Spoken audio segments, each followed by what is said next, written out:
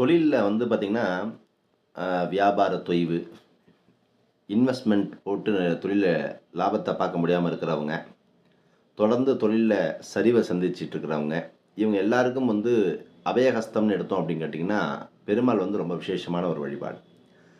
அதுவும் வந்து பார்த்தீங்கன்னா, அமர்ந்த கோலத்தில இருக்கக்கூடிய பெருமாள வந்து தரிசனம் பண்ணோம் அப்படின்னா, நமக்கு வாழ்க்கையில சகல விதமான ஏற்றங்கள் உண்டு. எப்படின்னு கேட்டீங்கன்னா, எத்தனையோ தொழில் செய்தும் நமக்கு வந்து சரிவர ஒரு நிலையில இல்லாத இருக்கிறவங்க, தொழில்ல முன்னேற்றம் இல்லாத இருக்கிறவங்களுக்கெல்லாம் வந்து பெருமாள் வந்து ரொம்ப விசேஷமான பெருமாள். இந்த பெருமாள், அந்த பெருமாள் தாங்கிறது கிடையாது. மிக முக்கியமா எடுத்தோம் பார்த்தீங்கன்னா, பெருமாள் கோவில்ல தனி சன்னதியில எழுந்தருளி இருக்கக்கூடிய ஸ்ரீ லக்ஷ்மி நரசிம்மர், ஸ்ரீ லக்ஷ்மி ஹயக்ரீவருடைய வழிபாட தொடர்ந்து சனிக்கிழமை அன்னைக்கு ஒரு 9 சனிக்கிழமை தொடர்ந்து பண்ணி பாருங்க.